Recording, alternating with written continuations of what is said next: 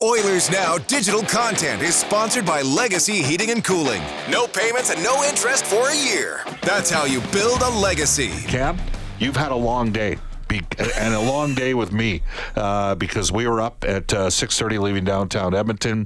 We went to go see Uncle Milt's Rotary Club in the fine community of Nisku, Alberta at Blackjack's, which I may have occasionally frequented over the years. Yes, maybe. Looks like your kind of place. Yeah, my kind of place. I may have slid in there a couple times after we landed, maybe from 2008 to about 2012. So it was great seeing everybody there, great seeing them. We told a few stories, had a great time with people there. And I also want at this time, of course, Uncle Milt was involved for years with our friends at Brent Ridge Ford. And a shout out to Trent Wilhock from Wilhock Beef Jerky. Only available in LA, Leduc, Alberta. Trent sent a care package for a number of us as I went out to go see him today, and he came through once again. He's a great fan of the Edmonton Oilers and a big supporter of this show and this station, so always much appreciated.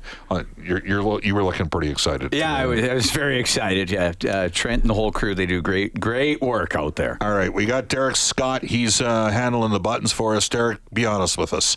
Did you ever pop in Jose Gonzalez back in your days? I literally heard that name for the first time today. Okay. No idea. All right. Yeah. And we got Aiden Gannam with us. He's the young gun himself. Eamon Hashem is here as well. Are we running right now? Or are we going? We are running. Okay, we're rolling. Oh, baby. I better try to look thinner.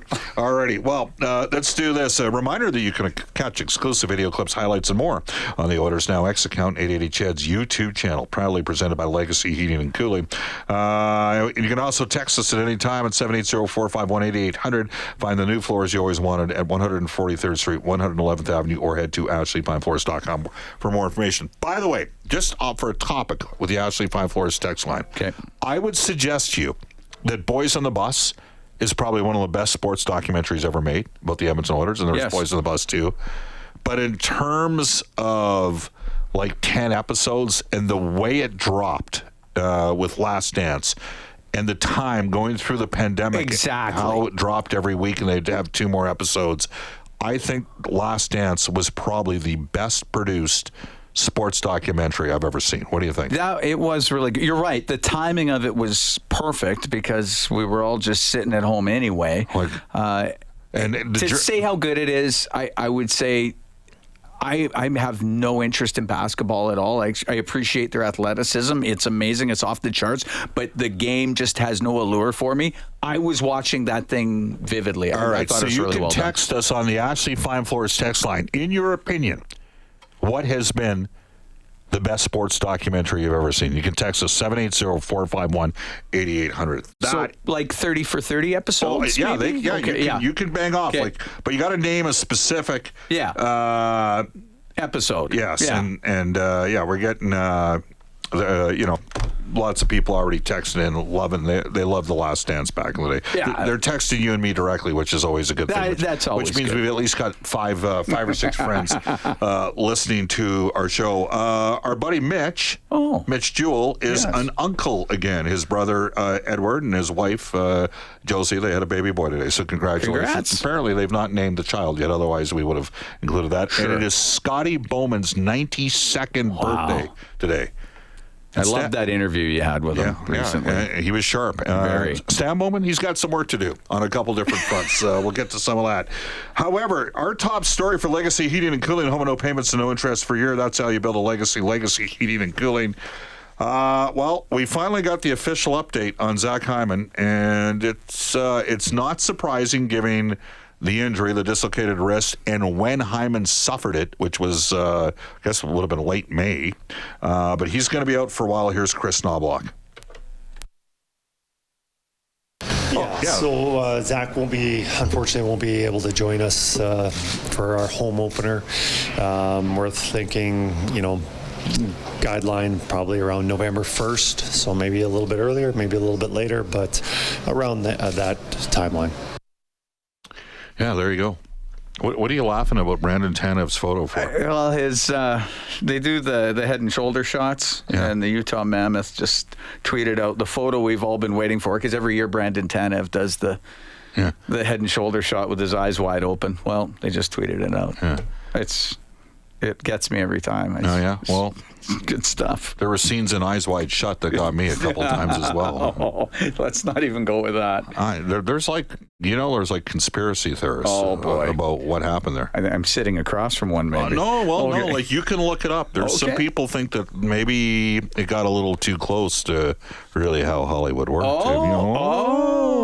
Okay. Yes. Stanley Kubrick and all. Yeah. He kind of passed away suddenly, if you know what I'm saying. So I'm just saying. I am sitting across from one. I read it on Twitter. It's got to be true. It's got to be true. Right. All right. It is 4:16 in Edmonton. Back in. Hey, it's the Oilers Now Audio Vault for Direct Workwear.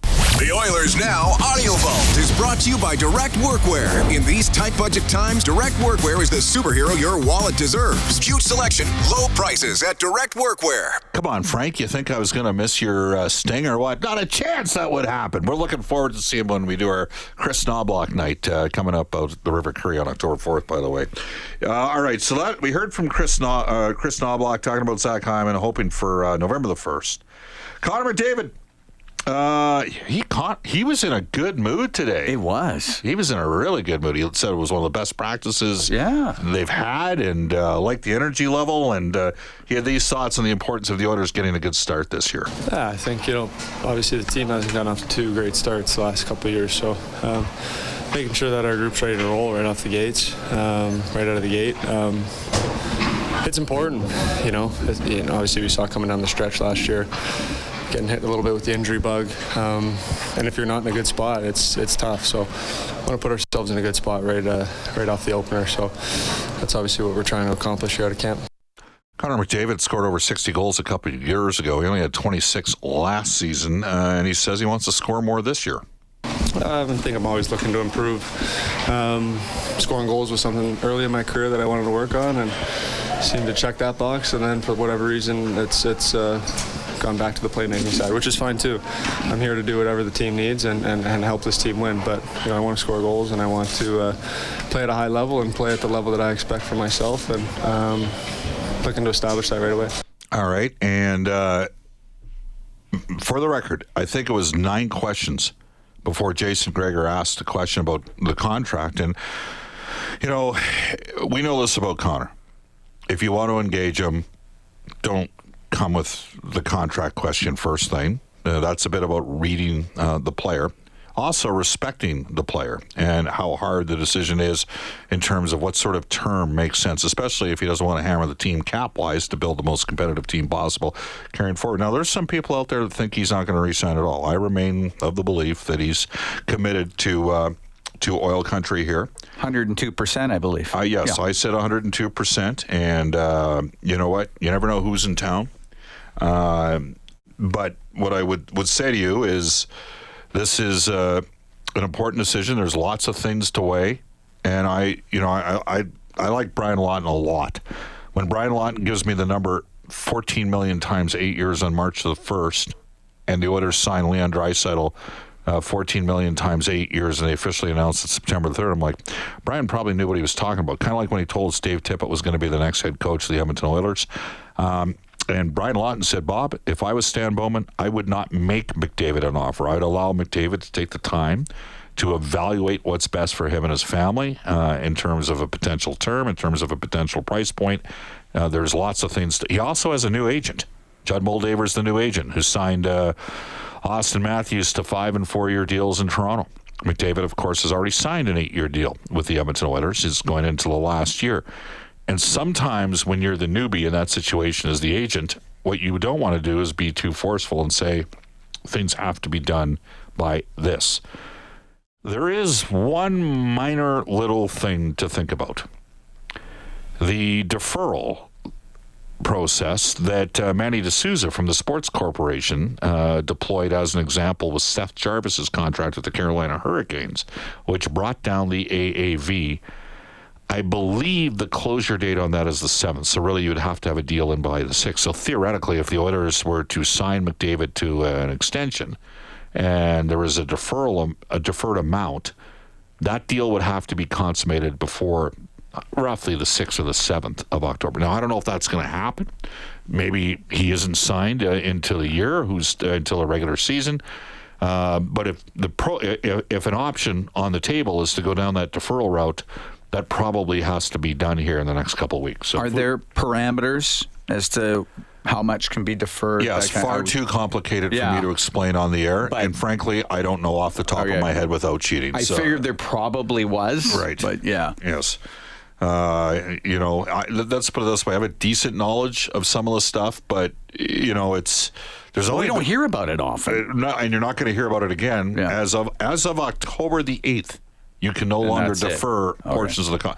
this has been strange with the CBA.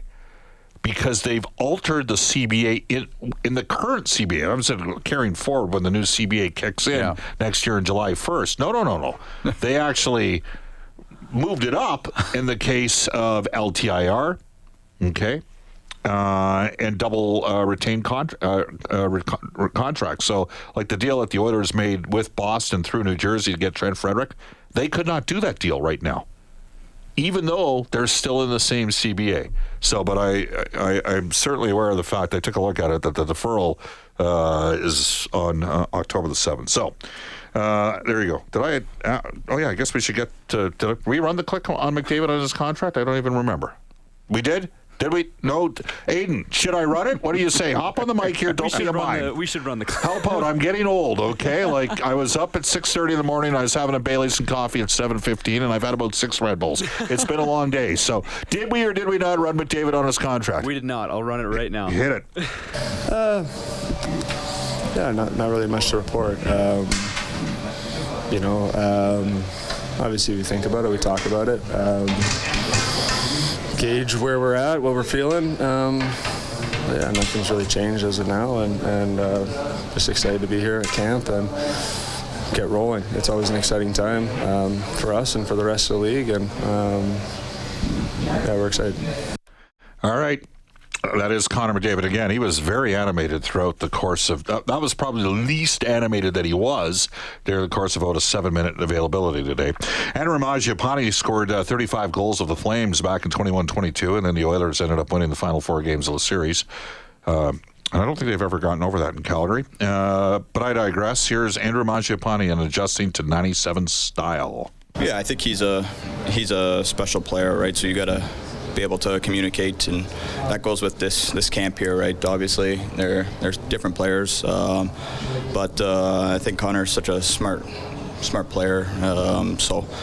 I just gotta you're just gonna keep building off of camp and seeing what he kind of likes and what to do and where he's gonna be kind of in the neutral zone and his speed and timing and things like that, where you just kind of got to get the reps and kind of go through it. And I think both of us will start learning, how to play with each other and throughout this whole camp. All right, and the final there was some debate on this, and far be it for a guy like myself to ever comment on another fellow's weight. I mean, the only way I'm going to ever lose weight is if I go on the Bobby Sands diet. You'll have to look that one up. It was I think it was a Dennis Miller line back in the day. But I stole it. Do you know who Bobby Sands was? Yes, I do. Yeah. Good for you. Yeah.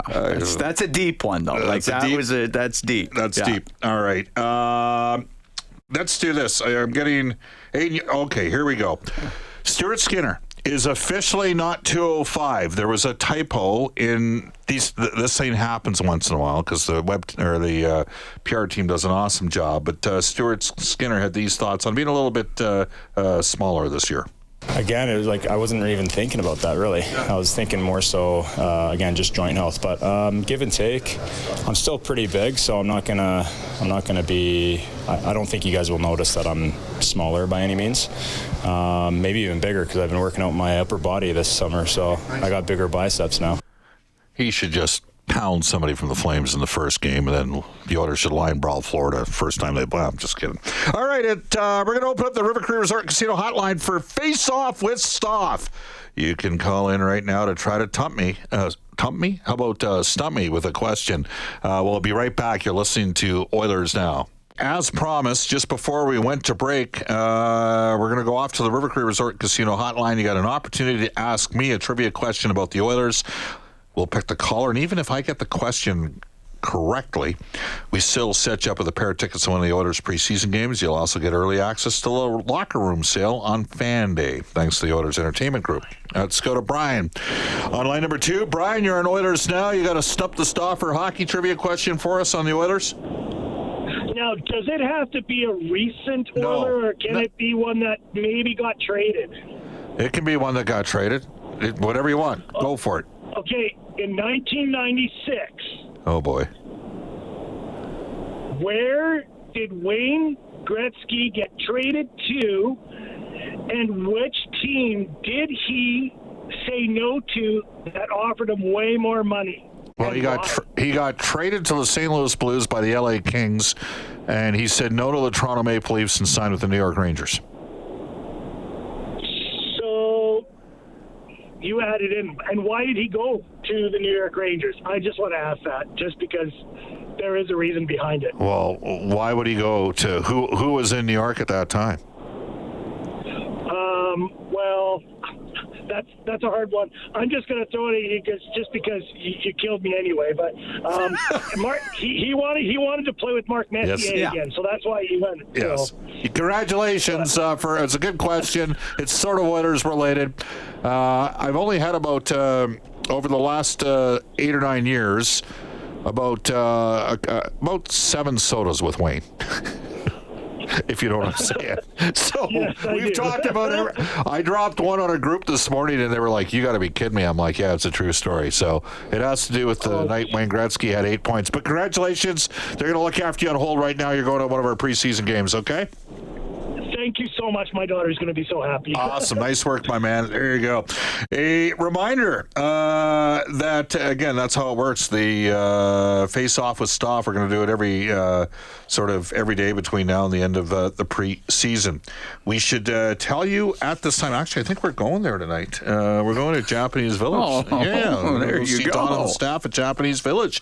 And guests on the show get gift certificates like Cam does to Japanese Village. Now back downtown, 101st Street, 105th Avenue, reserved now at jvedmonton.ca. Let's get to it. It is time for NHL Today, presented by Elite Promotional Marketing, your local branded merchandise specialist. Head to elitepromomarketing.com, and here is Aidan Gannam. Well, Bob, you talked about it earlier, but Oilers head coach Chris Knobloch says that Zach Hyman will not attend, he'll attend, but he won't partake in training camp or the start of the season with the team, saying November is the forward's current timeline as he recovers from a dislocated wrist that he got in the West Final. The New Jersey Devils are still trying to figure out a contract with RFA Luke Hughes. He is not at camp. Same deal with Mason McTavish of the Anaheim Ducks and Luke Evangelista of the Nashville Predators. Mooner, do you remember we were at the it was the World Juniors?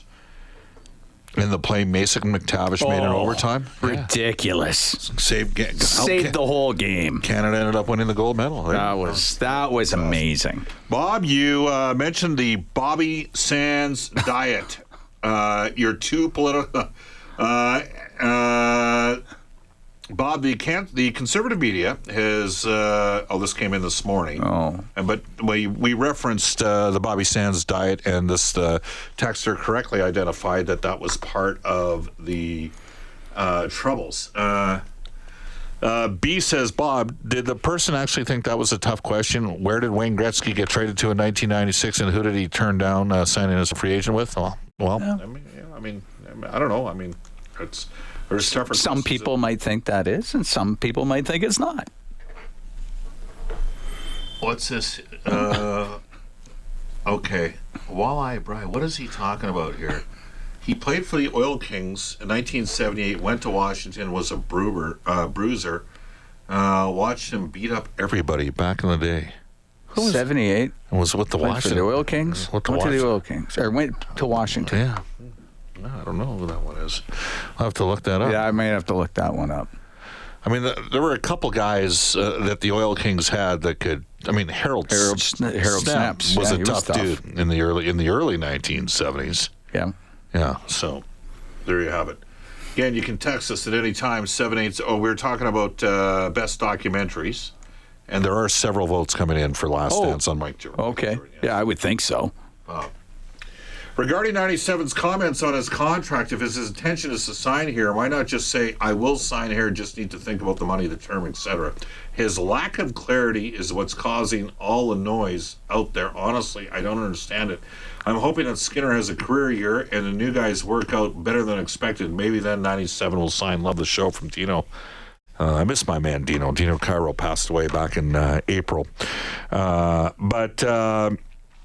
So it's obviously a different Dino, unless he's reached out from heaven to and you know what? He was going to heaven. He was a good guy. Okay. A couple guys here right now? Probably not. It's a longer text. Yes. For us. Yeah, it's a lot longer. It's sort of like the Reagan joke with Gorbachev, right? Do you know that joke? No.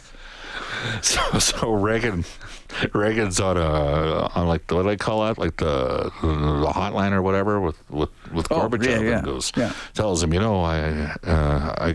I talked to the devil. He reached out and he called me and had me contact him through a number, and you could maybe reach out to him as well. And so the devil reaches out to Gorbachev, and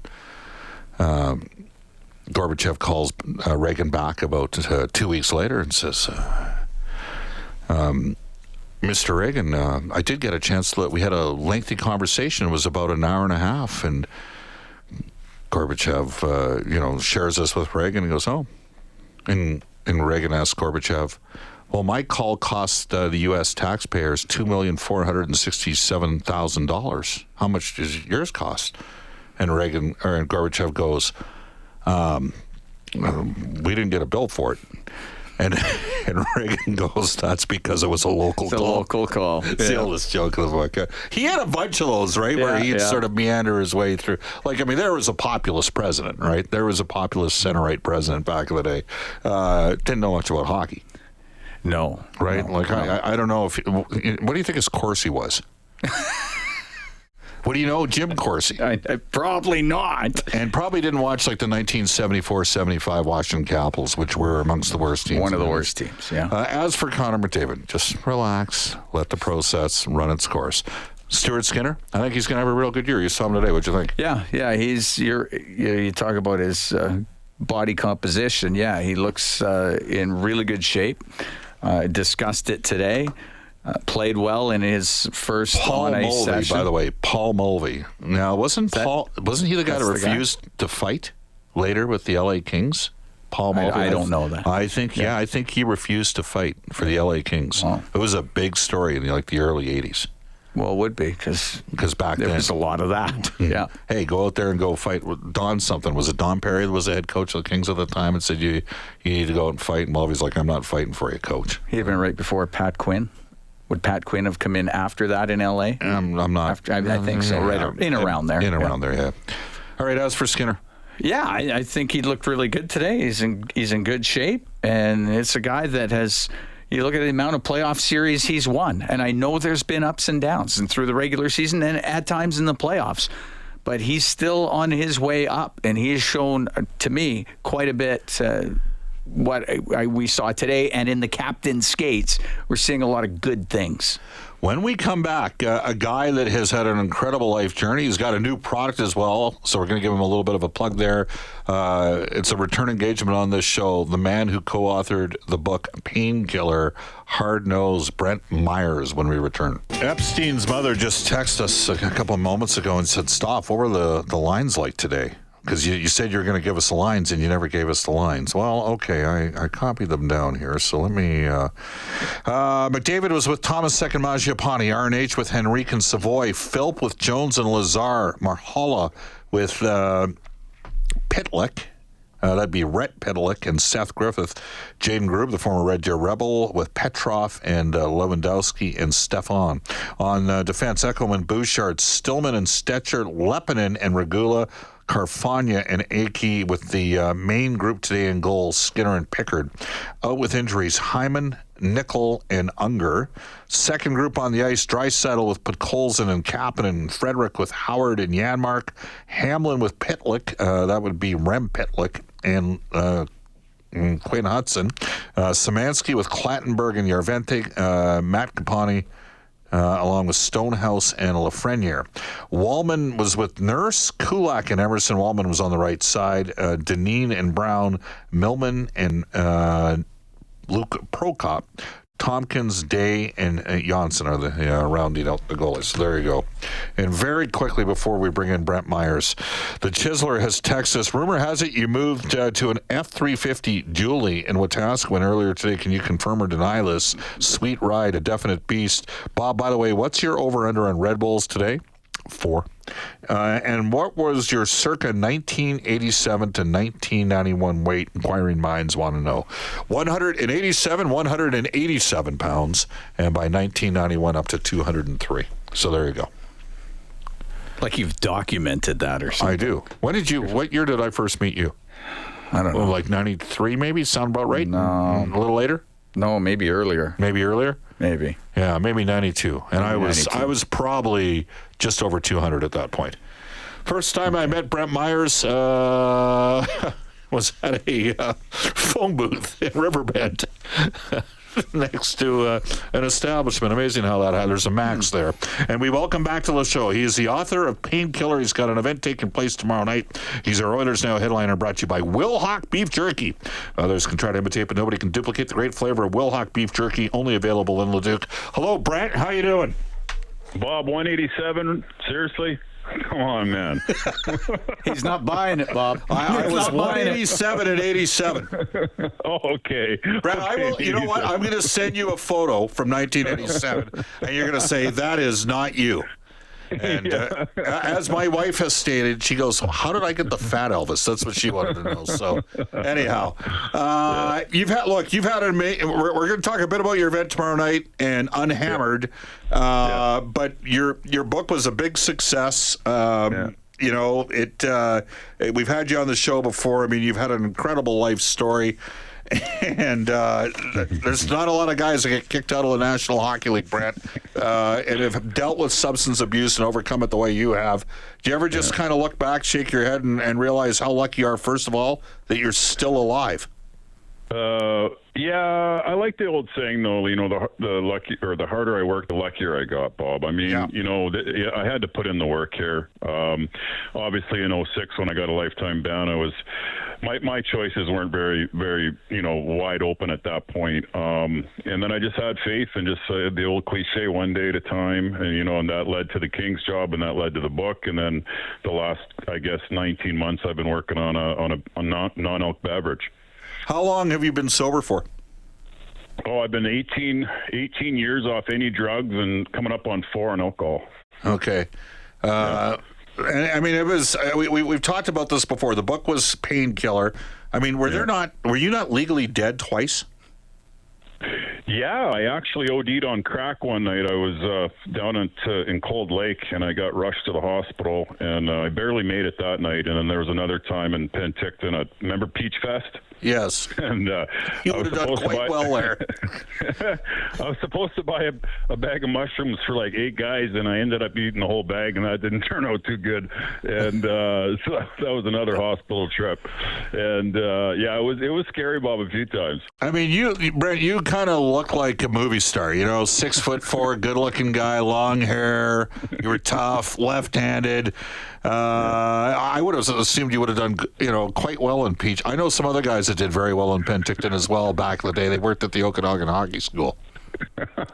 You would have done really good at 187 pounds, Bob. Yes. There we go. Someone, to paraphrase Craig Lupul, he used to say to me, Bob, just don't open up your mouth. Don't say anything. All right. So you stayed off the drugs for 18 years. You haven't had a drink for 4 years. When you tell your story about overcoming addiction, and I know you've done sessions with teams and you worked at the Kings for all those years. What's the common sort of questions that you get from people that are maybe dealing with their own personal addictions at the time? Well, how do I start? You know, like how do I do this? I don't know how to do this, and then I seem to get like 3 days, 5 days, and then I go back again. And you know, quite honestly, I was really fortunate, Bob. The league sent me away to Oregon, and I went away for 8 months. And I rewired the brain chemistry that I had since I was a little kid. and that gave me at least an opportunity to start thinking differently, and not reacting on those instant thoughts, to go call the dealer or go to the liquor store. And I just, instead of doing that, I just walked my butt to an AA meeting and call a friend that was sober. And I sort of did that every day. And all of a sudden, 2, 3, 6 months go by, and you got a string of time together. Yeah, it's an amazing story. All right, so what is Unhammered? Well, it's, I wanted to put something, actually, to be quite honest, when I did the podcast, I started a podcast, and then I wanted to do a beverage because, just personally, I sort of felt uncomfortable in social settings, and the only thing I was able to drink was Red Bull, and, drinking 10, 15 of those a night isn't good for the heart. So I went to work with a girl. What about 4 during the course of a day? No, not recommended either. But I went to work with a girl in California on the design of the can, and then I built a great partnership with Alley Cat Brewery here in Edmonton, we decided we're going to decide on a name, and I went to my editor and I said, "Hey, do you got a name for maybe the beer?" And he said, "Well, we were going to call your book Unhammered." And I said, "Yeah, I remember that." And so, anyways, that's how that started. And then I just kept putting one foot in front of the other, and 19 months later. All right. I was with Jerry Johansson for lunch on Monday, and he looked at me. Of course, he bought, because I am a broadcaster. We have a reputation to maintain. And Jerry goes, "Are you going to Brent's event?" So you got a launch tomorrow night, is that right, at MKT? Yeah, I talked to my buddy Chris Lachance, who owns MKT, and I said, "Bro, I just said, I'd love to have a real big, launch party if I could at your place." And he said, "Yeah, absolutely." So we started working a month ago. Tomorrow night at the VIP sort of thing, it's from 7 till 9:30, and then at 9:30, it's pretty much GP. People can come in after that and get to experience. I hired a live rock band to be playing some old classic 80s and 90s, and we've got free champagne for everybody, and we've got free hors d'oeuvres and all that good stuff. All right, well, that's absolutely awesome. Now, let me ask you a question about today's here now. When was the last year you worked for the Kings? Like 16, 17, and around that time? 18. 18. Yeah. Did you, and Brent, I'm older than you by, are you 50, 47, 48 now? Well, you're good with numbers. I was born in 74. All right, so you're 51. Yeah, there you go. I got 8 years on you, okay? And I will tell you that, I joked yesterday about pulling the triple header in most sports parlor back in the days and getting in time to put your picks in on ProLine and being there for the 11 o'clock kickoff game on a Sunday, the 2 o'clock kickoffs, and then the 6:20 kickoffs, and putting in a full shift. But I do think that kids today have different vices and different challenges than maybe we did. Do you think it's fair that they drink less, but maybe there's other things that they get addicted to? Well, there's twofold to that. So the non-alcoholic space in the last 24 months has completely exploded, and there's studies across the board that for this generation of kids just aren't drinking like they used to. Partly because it's just really expensive to go out. Back in the day, we could go to the Thunderdome and buy a round for like 20 guys for $1 a highball. That doesn't exist today. And when I was in LA, confidentially, like most of our issues, weren't alcohol. Right. There were other issues. Yeah. Yeah. So, got it. Look, it's a wonderful story. I recommend, if anybody wants a look, and the thing is, I've never been afraid to say stuff on the air and poke a little bit of fun at myself, but also to try to be, when a guy sits there and says, "Look, I work for the Oilers Entertainment Group," that coming in and listening to a show called Oilers Now. What I liked about Painkiller in your book is how raw it was. Like you didn't hold back. You didn't try to make yourself out to be the greatest guy in the world, because there were some moments where you're going through crap times and you were explaining it to people. So I applaud you for that, and I wish you nothing but the best with tomorrow night's event. And maybe Cam and myself will you let us in by 9:30? What do you think? No. Come at 7 when the hors d'oeuvres start going around, Bob. Well, the players will tell you, since I sit right behind the food at the plane, that might not be a good thing. But awesome stuff, Brent. Thanks for your time, man. All right, see you tomorrow. Guys, you guys Take care. Yep. You bet. That is Brent Meyers. Just a super great guy. Now, people need to understand he was a really good player in the WHL down at Lethbridge. Yeah, he was. And he was really tough. And he was really tough. And there are former WHL players that were tough guys that are living on the streets in smaller Canadian cities right now. And Brent is one of the guys that has not only succeeded, but he has prevailed. He has overcome some significant life challenges. What a story. And I've read the book as well. It's one thing to overcome everything he's overcome, and that's amazing. But to put it out there publicly, wow, that takes a lot of jam too. He did a great job. It's a great book. All right, we want to do this. You can join New West Travel on the Great Canadian Road Trip in Toronto and Montreal this December. Still got a few spots left. We're going to have a Friday night mixer in TO. You go Saturday night to watch the Oilers play the Leafs. You got a private gondola suite. Then on Sunday, you'll be jetting from downtown Toronto into Montreal to see the Oilers battle the Canadians with all-inclusive tickets at the Bell Centre. This package includes round-trip airfare, 4 nights deluxe hotels, exclusive game tickets in both cities, plus a welcome reception with yours truly and special guests. Space is limited.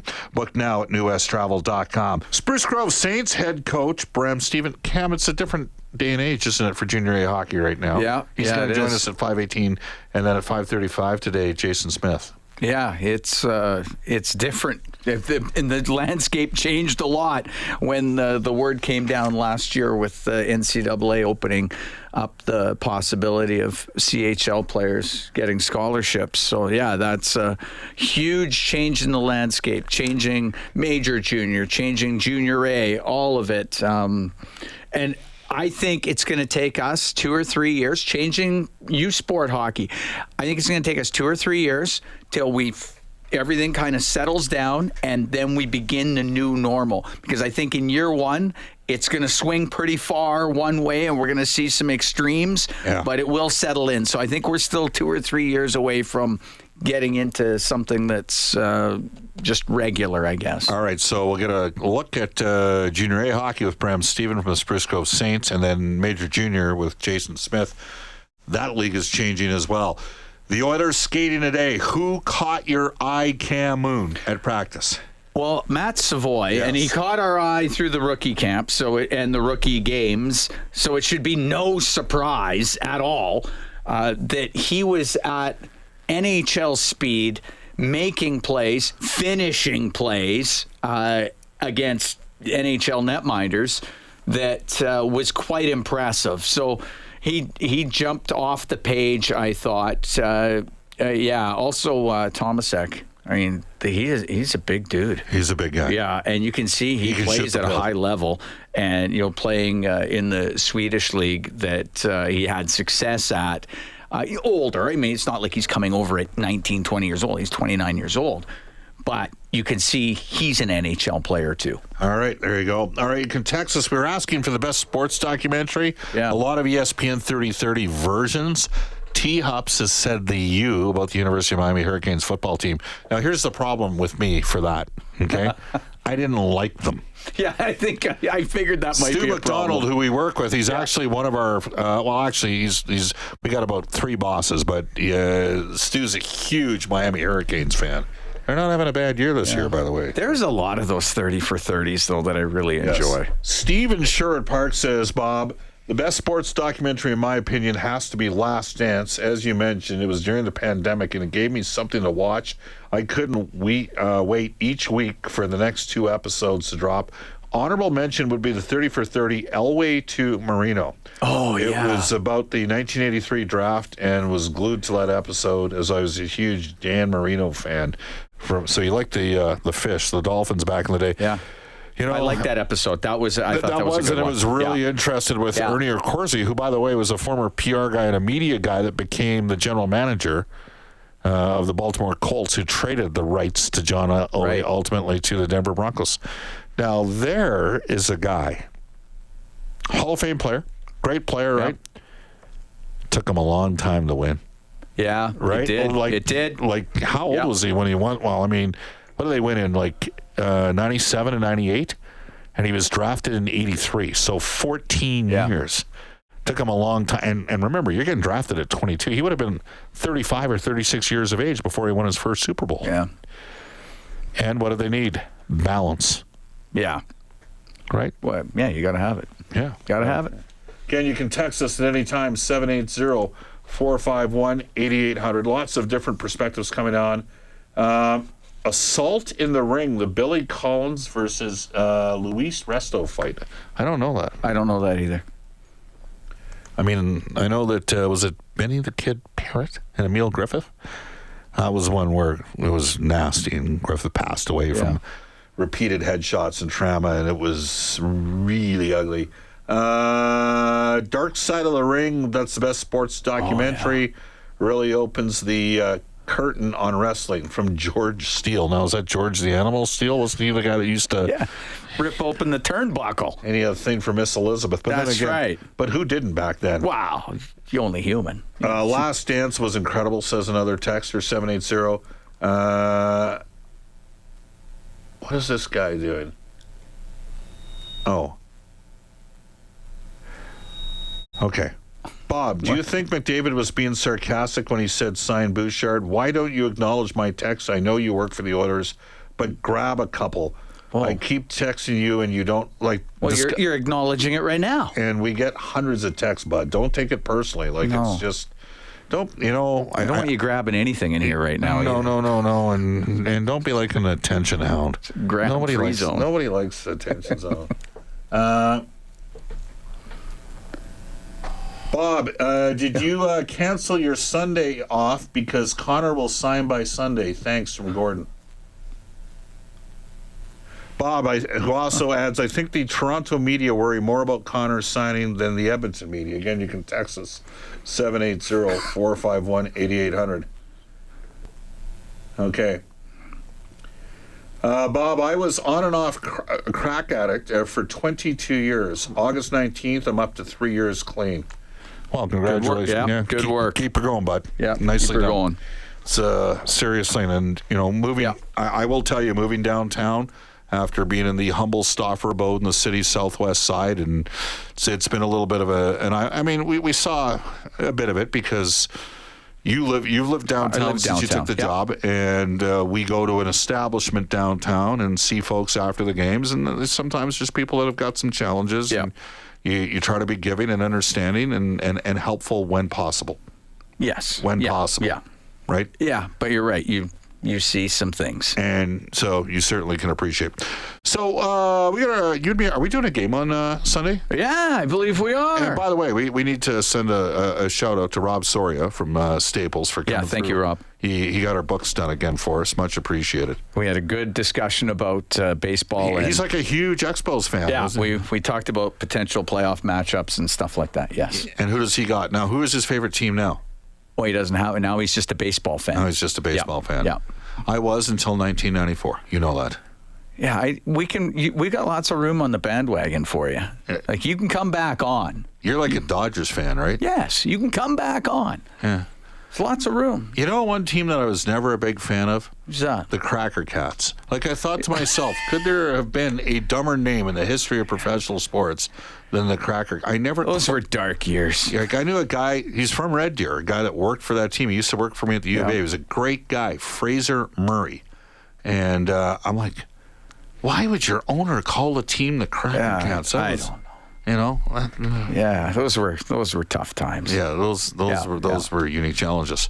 All right, Mooner, just think this is it. I mean, we've spent basically the all day together. How lucky for you. I'm the smarter for it. Yeah, sure, if you say so.